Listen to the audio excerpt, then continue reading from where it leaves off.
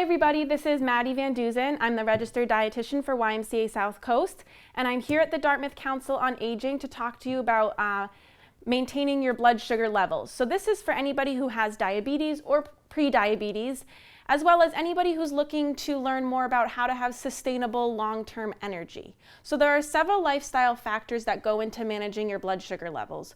One of those being a healthy weight. When you have excess weight, this may increase the risk of insulin resistance in the body. Research shows that just a 5 to 7% decrease in your weight can reduce the risk of diabetes by 58% in a high-risk individual.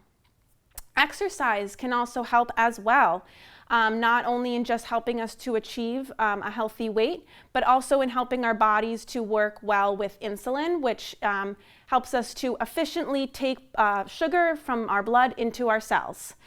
So the recommendation for exercise is at least 150 minutes of moderate to vigorous physical activity every week. And nutrition is the third component to maintaining your blood sugar levels. A lot of people think that too much sugar or refined carbohydrate directly causes diabetes, and that's not the case. However, having a lot of added sugar or refined carbohydrates in your diet can lead to an excess of calories, which can lead to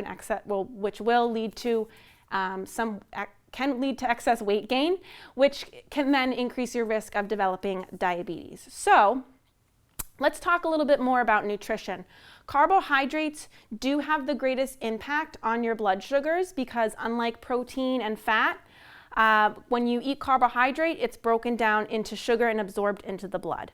However, carbohydrates, protein, fats, along with fiber, all can have an impact on your blood sugar levels. So let's talk about carbohydrates. There's complex carbohydrates and simple carbohydrates. Your complex carbohydrates are larger, more complex molecules. They take longer to break down. And so these are found in your whole grain products, so like whole grain pasta, whole wheat breads, your fruits and your vegetables, legumes, so like chickpeas, beans, lentils, as well as nuts and seeds. These all contain fiber, which is a non-digestible starch.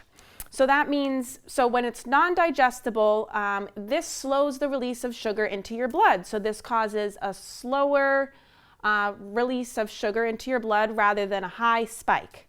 This keeps you full for longer. This keeps you, and this gives you longer term energy. And then there's your simple sugars. So these are the easier to digest and absorb sugars. So these are found in your sweetened beverages, juices, yogurts, sweetened cereals, cookies, cakes, as well as your refined grain products, such as your regular wheat pasta or your white rice. These all contain simple sugars, so they kind of they're easy to break down and absorb, so they cause more of a sharp increase in your blood sugar. This is gonna give you some short-term energy, but you might feel tired shortly after you eat them. You might feel hungry shortly after you eat them. They're not gonna give you that long-term energy that the complex carbohydrates and fiber provide to you. So some foods have simple and complex carbohydrates. That includes like fruits. Fruits contain simple sugars, but they also have that fiber in them that helps to slow the release of the sugar into your bloodstream. Same with dairy. Dairy naturally has some sugar in it. And so even if it's unsweetened, it has some naturally occurring sugar, but it also has some protein and sometimes fat in it. And protein and fat also help to slow the release of sugar into your bloodstream. So when you're having a carbohydrate food, like say you're having some crackers or a piece of toast, pairing it with a protein and or a fat can help to give you a little bit more sustainable energy than if you're just having that carbohydrate food. So some ideas, if you're having regular pasta, some ideas for making a meal that gives you long-term sustainable energy and kind of regulates your blood sugar levels is switching your regular pasta to a whole wheat pasta, and then adding in some fiber, some more fiber from some veggies, sauteed or raw veggies. Adding in a little bit of fat, so that could be like some olive oil or some avocado.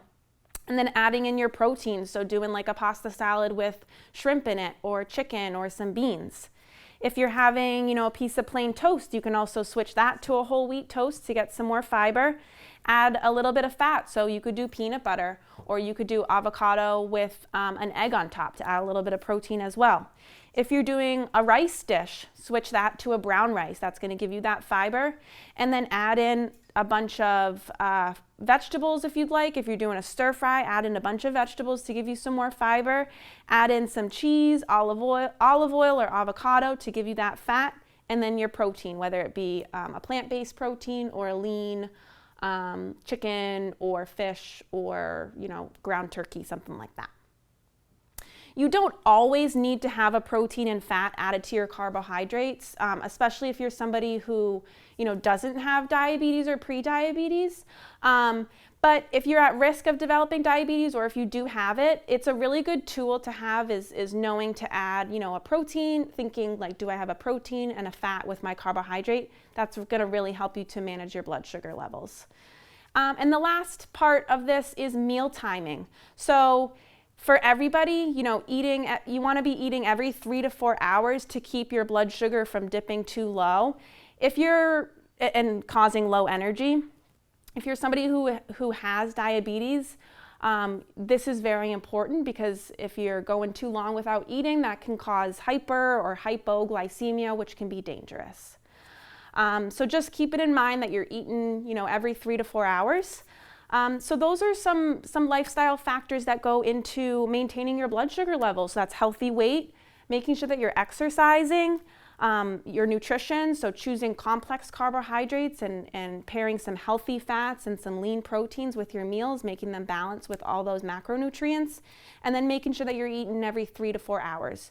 By, making little switches here and there, by applying some of these to your lifestyle, you can see a big difference in your blood sugar levels and just your general energy levels overall.